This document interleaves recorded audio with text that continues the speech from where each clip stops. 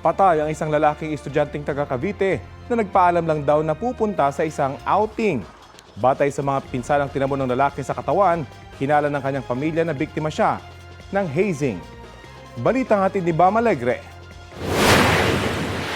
Kagabi lang naiuwi ang labi ng 19 na taong gulang na college freshman na si Kenneth Alcedo sa kanilang bahay sa Dasmariñas, Cavite para iburol.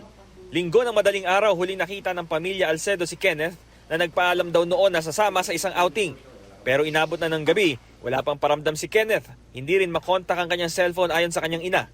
Bandang alas 9 ng gabi nitong linggo, ilang kaibigan ni Kenneth ang nagpaabot ng mensahe na nasa isang ospital sa General Trias, Cavite ang binatilyo at wala ng buhay.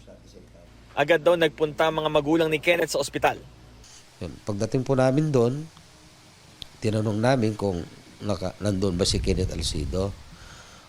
Sabi ng counter o yung information na wala silang alam na Kenneth Alcedo. Until such time na pinakita namin yung yung larawan ng anak namin. Ayun na nakita nila na yun na yung batang o yung taong dinala ng 3 kalalakihan at bigla na lang iniwan at nagpulalas daw yun. Nung pinipigilan silang wag umalis sapagkat kukuran sana sila ng salaysay. Dahil po ang declared po ng 3 yun ay isang hit and run yung anak ko. At sila daw po ay isang concerned citizen. Ayon sa kanyang tatay, may mga pinsalang tinamo si Kenneth na posibleng indikasyon ng hazing. Ang sabi po sa punerarya po, yung may-ari ng punerarya dito sa Tracy na pinaglagakan ng bangkay ng anak ko ay wala pa naman kasi yung resulta, sir. So mahirap pong ma-preempt natin yung maging resulta. Pero kung pagbabasihan nung sinabi ng may-ari ng punerarya ay isang victim po ng hazing yung anak ko. Sobrang lasog po yung ng hita sa likod ng paa ng anak ko po.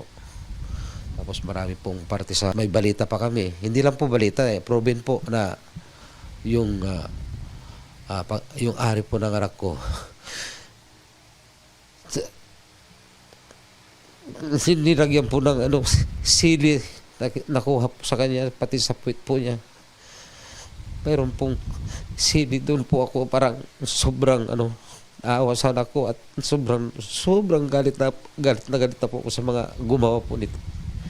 Dahil parang nababoy po ng gusto yung anak ko. Sabi ng doktor na tumingin sa biktima, kapansin-pansin ang pangingitim ng mga labi. Natanggal din ang ilang ngipin, duguan, ang mga kuko at puro pasa sa mga hita. Sabi ng pulisya, dinala si Kenneth sa ospital ng 3 lalaki pasado alas 2 ng hapon noong linggo. Patuloy na tinutugis ng pulisya ang 3 lalaki. Inautopsy na ang labi ni Kenneth at hinihintay pa ang resulta nito.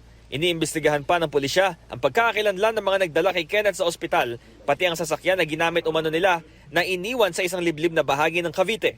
Nanawagan po kami sa kung saan siya po nag-aaral.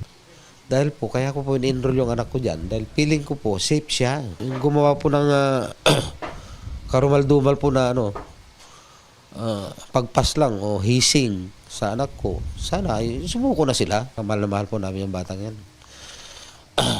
Sobrang mahal na mahal po. Parang binubuhos namin yung buhay namin. Yung mga namin na para sa kanya. Para sa kanyang future. Marami po kaming pangarap sa kanya. Nasa isang iglap po bigla pong naglao.